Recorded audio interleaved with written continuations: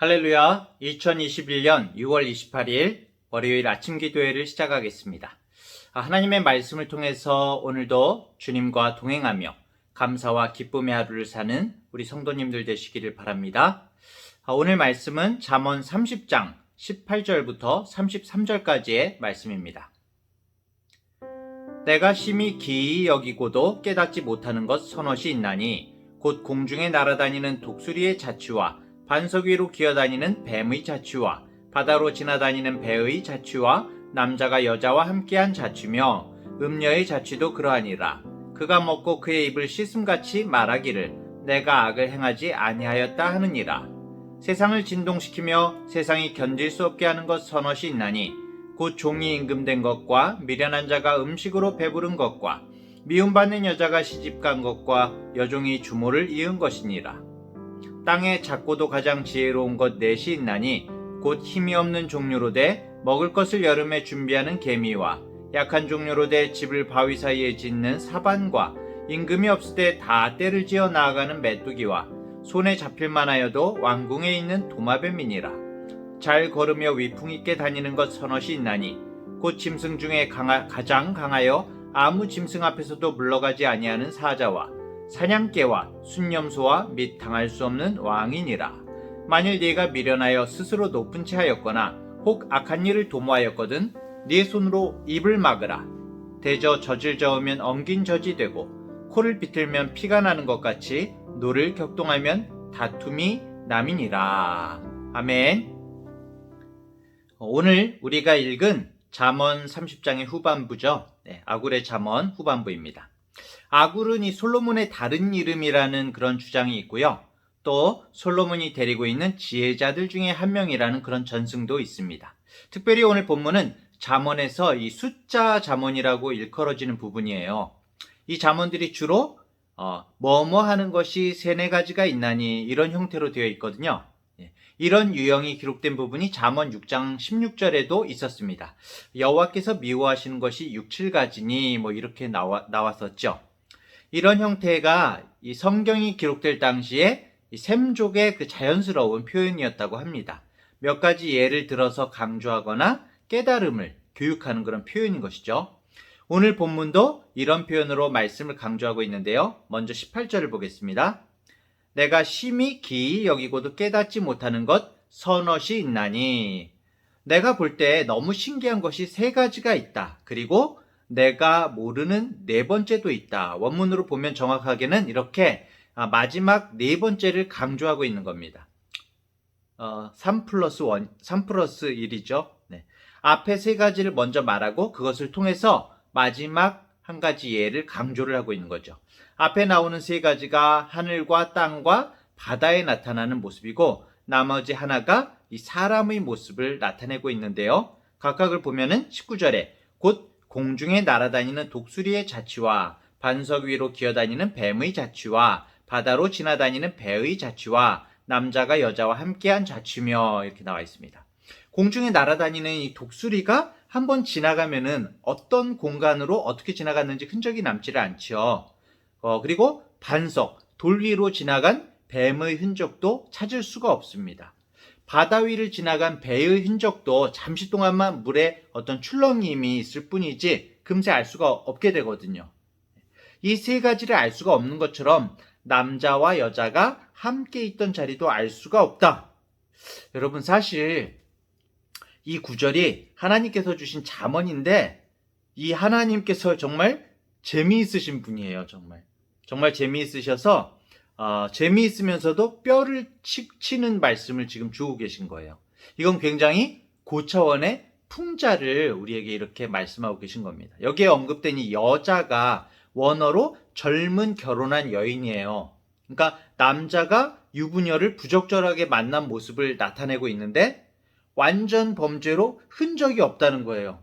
앞에 말했던 우리 알 수 없는 정말 흔적을 알 수 없는 것들처럼 남자와 여자가 부적절한 만남을 가졌는데 흔적이 없다. 이 글을 기록한 아굴이 혀를 내두르면서 야 정말 인간의 탐욕과 죄성이 주도 면밀하고 흔적을 남기지 않는다고 감탄을 하고 있는 것입니다.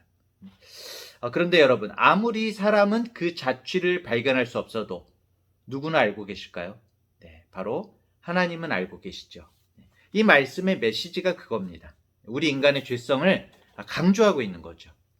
사람들은 죄를 짓고 교묘하게 덮어버리고 마음이 강팍해져서 죄를 지어도 아무 가책을 느끼지 않고 이렇게 흔적도 없게 죄를 짓는다, 이렇게 말을 하고 있는 것입니다. 하지만 정말 아무도 모를까? 이렇게 우리에게 묻고 계신 거죠. 사랑하는 성도 여러분, 여기서는 우리 인간의 죄 가운데 불륜을 들어서 우리를 경고하시지만은 모든 부분에 있어서 사실은 마찬가지입니다. 우리는 사람들의 눈을 속일 수는 있습니다.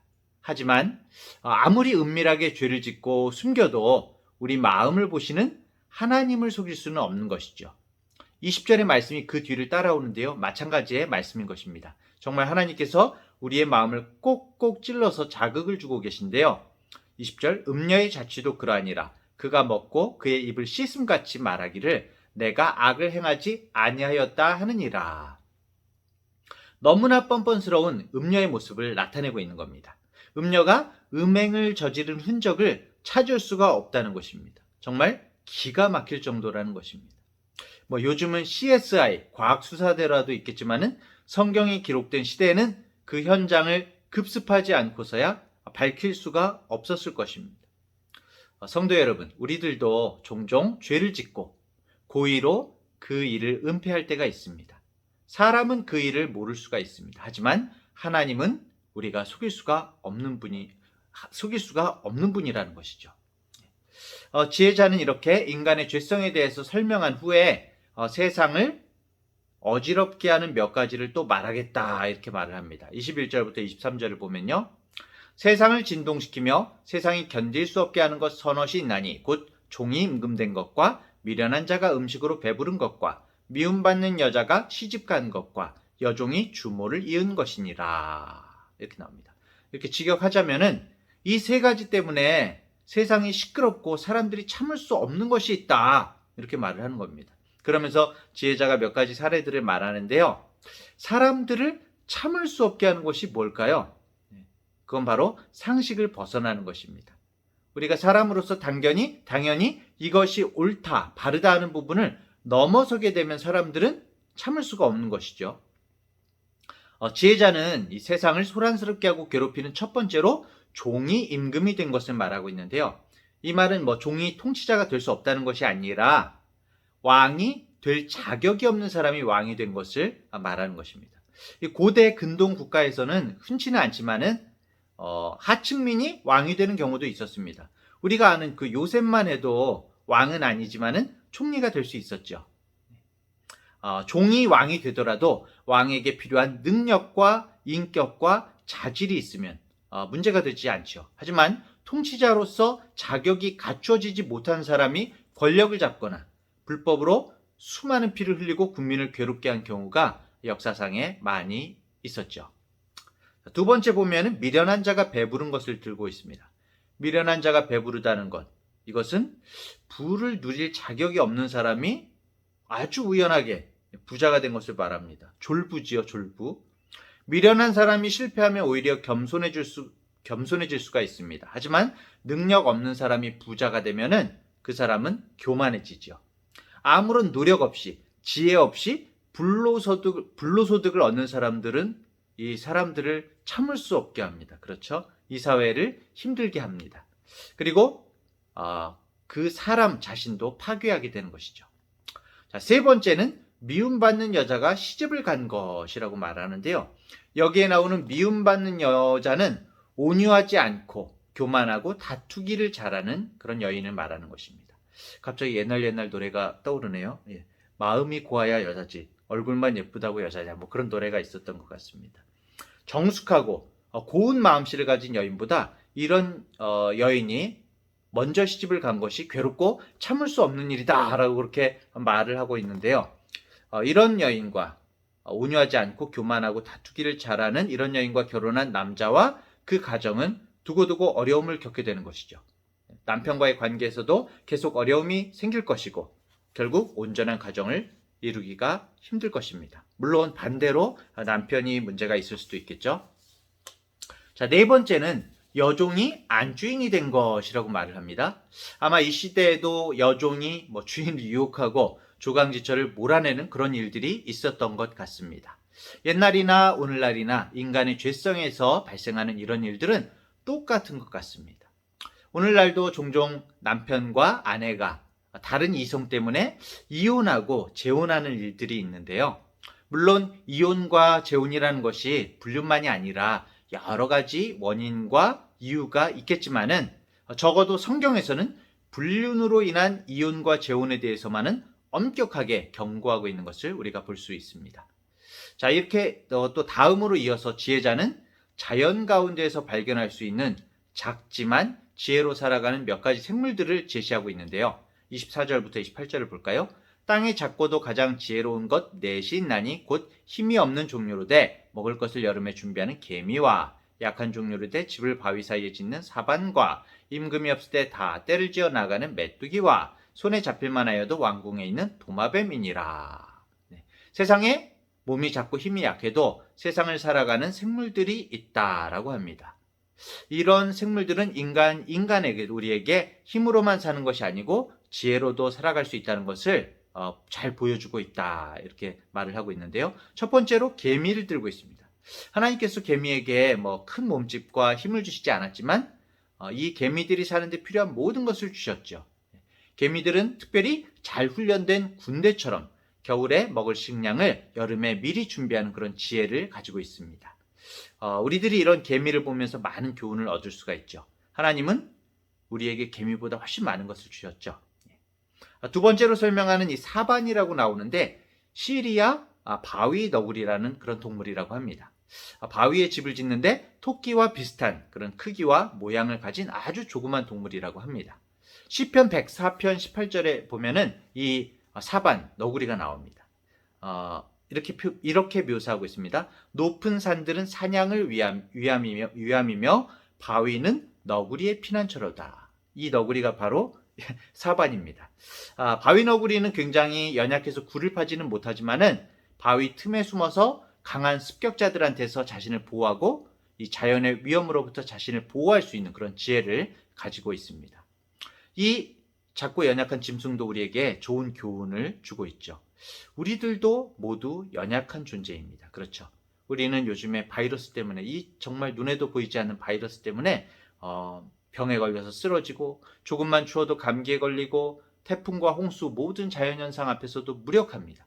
우리는 오늘 결심해도 내일 마음이 변하고 우리의 의지가 정말 조금만 어려움이 와도 쉽게 무너져 버립니다. 우리는 사단의 유혹 앞에 너무나 쉽게 무너져 버릴 때가 또 많이 있죠. 하지만 우리는 연약해도 걱정할 필요가 없지요. 왜냐하면 우리에게는 반석이신 피할 바위가 되시는 하나님께서 계시기 때문입니다. 마치 작고 연약한 이 바위 너구리가 바위 틈에 숨어서 강한 대적들로부터 자신을 보호하는 것처럼 우리들도 강력한 피난처가 되시는 하나님께 숨으면은 안전할 수가 있는 것이죠. 오늘도 우리의 반석이신 하나님을 찬양하고 그분 안에서 승리하는 우리 성도님들 되시기 바랍니다. 자, 세 번째로는 메뚜기가 나옵니다. 메뚜기들은 눈에 띄는 우두머리나 지도자가 없지만 군대처럼 무리를 지어서 앞으로 나아가죠. 이러한 메뚜기 떼를 보면 사실 우리는 부끄러움을 느낍니다. 우리는 하나님을 섬기는 성도지만 주님의 말씀을 따라서 질서정연하게 움직이지 못하죠. 우리는 때때로 교회에서도 개인 행동을 하고 자기 중심으로 행동하면서 질서와 화합을 깰 때가 많이 있습니다. 질서정연하게 움직이는 메뚜기는 이런 우리들에게 지혜를 가르쳐 주죠. 메뚜기 하나하나는 굉장히 작고 연약합니다.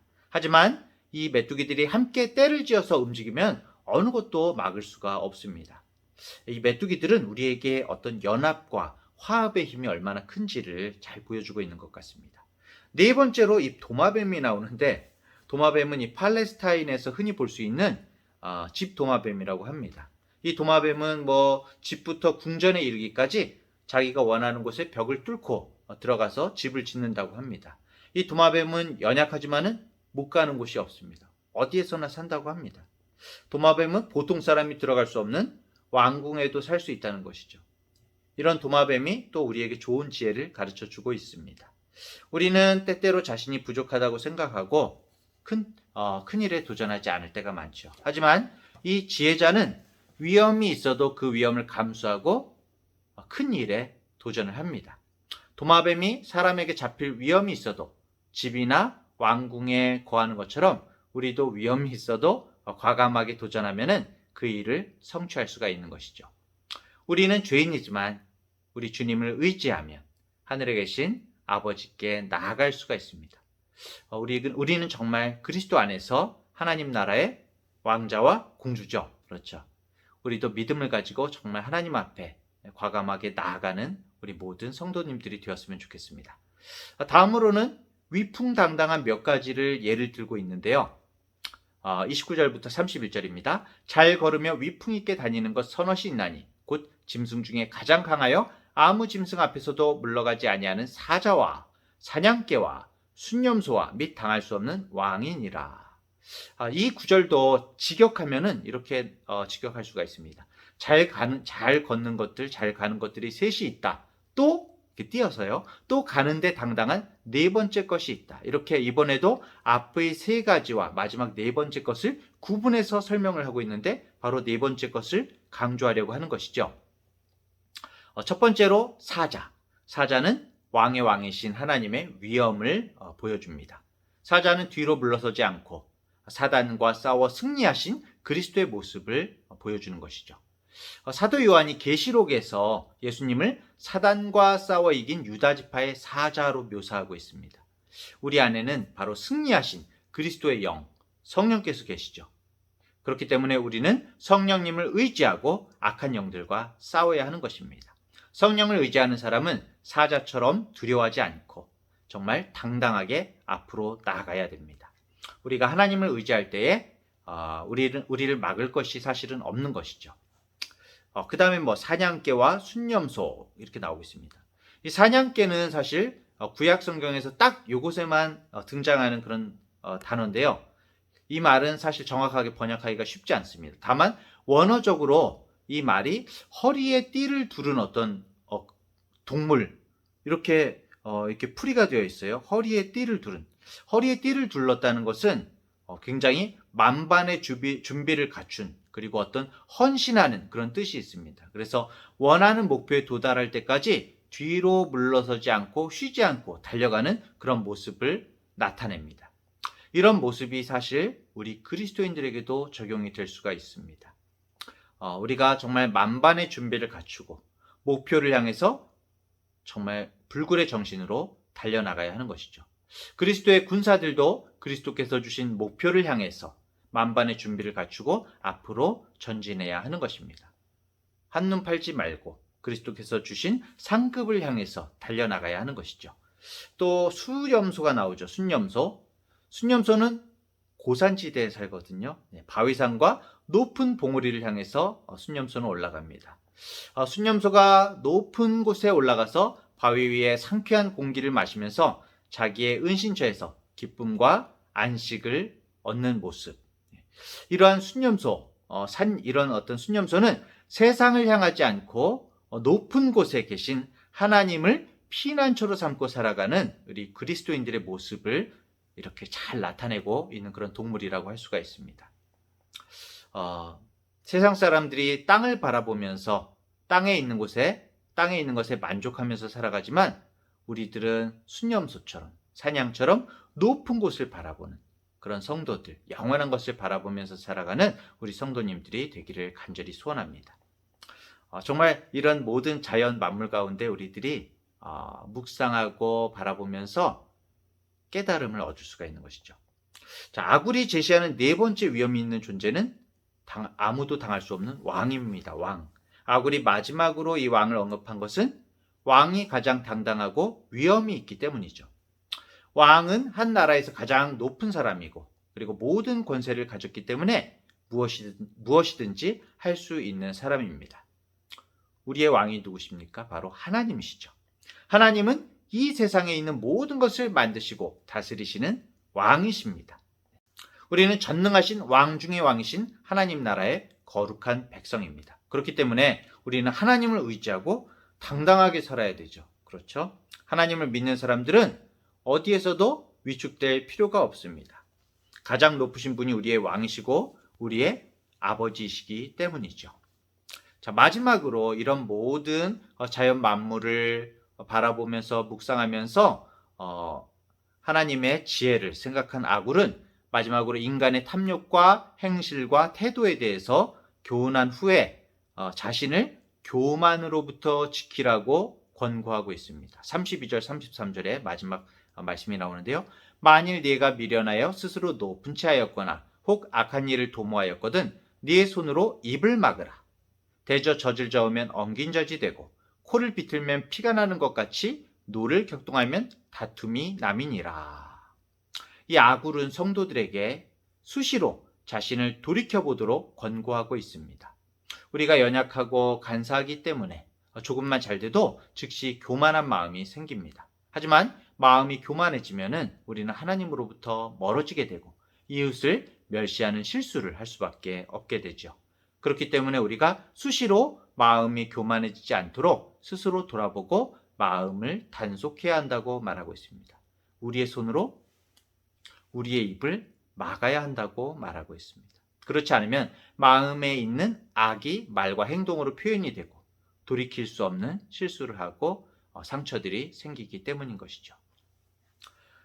사랑하는 중앙대학교의 성도 여러분, 오늘도 우리를 가르치시고 우리를 깨우치시는 주님을 의지하고 주님의 말씀에 귀 기울이고 주님 앞에 겸손히 행하여 말씀을 순종하는 행복한 우리 성도님들 되시기를 축복합니다. 제가 먼저 기도하고 기도를 이어가도록 하시겠습니다. 은혜가 풍성하신 하나님 아버지, 오늘도 주님의 풍성한 말씀으로 하루를 시작하게 하시니 감사합니다. 연약한 우리에게 하나님의 말씀을 주시고 말씀이 육신이 되어 우리 안에 거하시기까지 주의 백성들을 도우시는 하나님을 찬양합니다. 특별히 오늘 세상의 모든 자연 만물과 세상의 현상들을 통하여 우리를 깨우치고 가르치시는 주님의 은혜, 주님의 지혜를 생각합니다.